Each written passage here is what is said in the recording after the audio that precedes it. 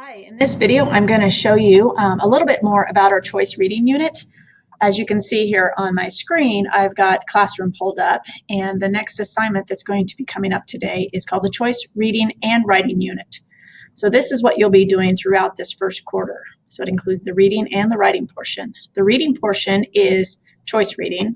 The writing portion is journaling. So if you ever need to come back and rewatch this video and get more information, it will be posted on Classroom as well. So you've got several links here to help you with the unit. It says use these links in this assignment through the first quarter to complete assignments for the unit. The first one is the syllabus. So it basically outlines everything you need to know. So before you ask a question, maybe look at that syllabus and see if your question can be answered. Remember, you can use Control F, your friend, to find keywords in the syllabus. You also have your dialectical journal for choice reading. That will make a copy for each student. So that is actually going to create a template for you specifically as a student to take notes and journal, which will be due every other week.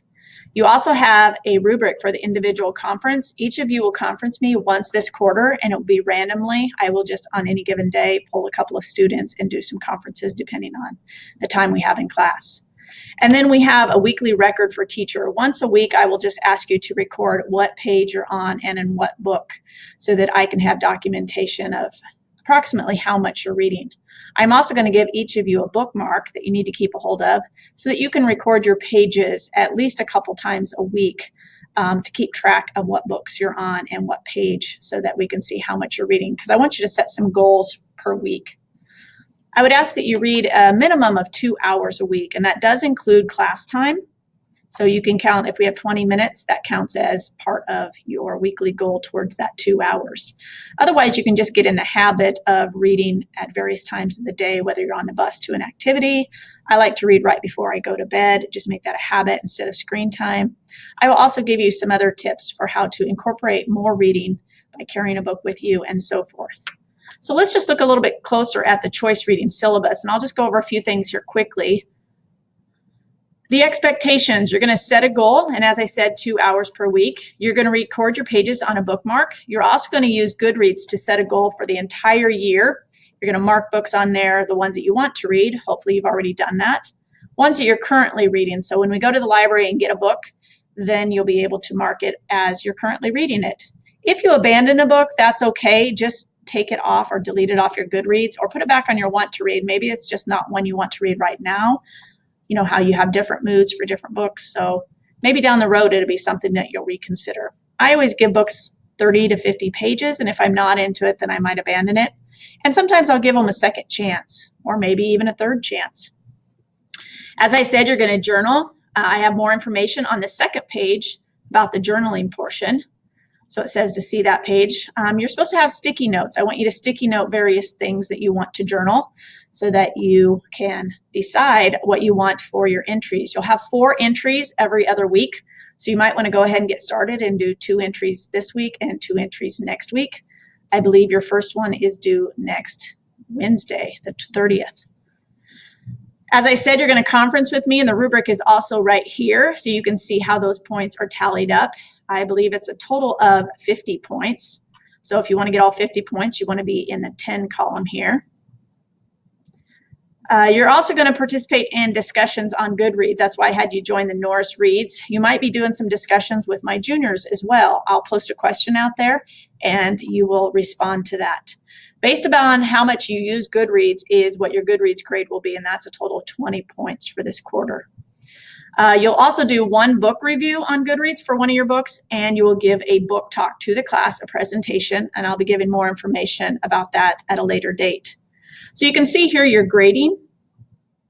You'll have 50 points for this conference. You'll have your book review worth 25.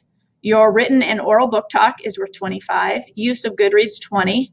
And then you get 10 points per book up to 30 points. So if you read 40 books, there's no extra credit. That's just towards your total reading goal for the year. If you only read 1 book, then that means that you automatically lose 20 points off the top of that grade. Let's look a little bit more at the journaling. You might say, well, what am I going to sticky note? Here's some suggestions. It says, when should I place a sticky note? If something raises a question about your beliefs or values, if it gives a personal reaction like you get sad, happy. If a book makes me laugh out loud, that's definitely something that I would want to journal about. So strong emotions. If there's words, ideas, or actions about an author or character that trigger you to stop and think. If it reminds you of something from your own experience, like they're talking about going to the lake and you remember going to the lake this summer. If it reminds you of a different book or a different character from another book. If it makes you think or feel.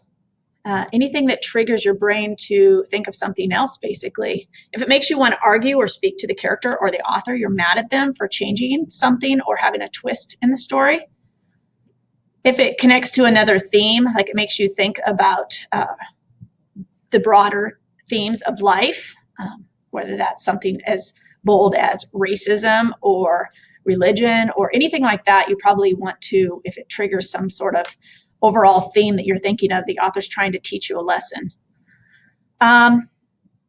If it make connections to passages, like you read something later in a book and you connect it to something earlier in the novel, like, hey, I remember when the character mentioned that. That would be a connection that you make within that novel. And if you're able to make predictions and your predictions come true, or if they're not true, that might be something good journaling about. You're going to have columns like this on your template. So you can have word for word what the text says with the citation. So this would be from Harper Lee's book, and it's in quotes because it's word for word. What does the text mean? So in your own words, what is this character saying or doing? And then why did you select it? What's it making you think about? What do you think about that text? So that's where you explain the connection from up here. And down here is a breakdown of your grade on the journals. If you have a total of 4 every other week for this quarter, which would be a total of 16, then you would get all the points for it. You need to have a minimum of 5 sentences in each of these boxes or in your own thinking about the text. It depends on how big of a quote you used. So let's just take a look at what that looks like. Your dialectical journal will look like this when you start. And you just put the title. If you change books, you put the title down here for the new book, what the text says, what it means, and your own thinking. I do have a link here to examples. And then here's link to the instructions. So if you're in this document and you want to get to the instructions we just went over, you would simply click on that. I hope this helps. If you have any questions, I believe there's a comment box on this video where you can leave a comment.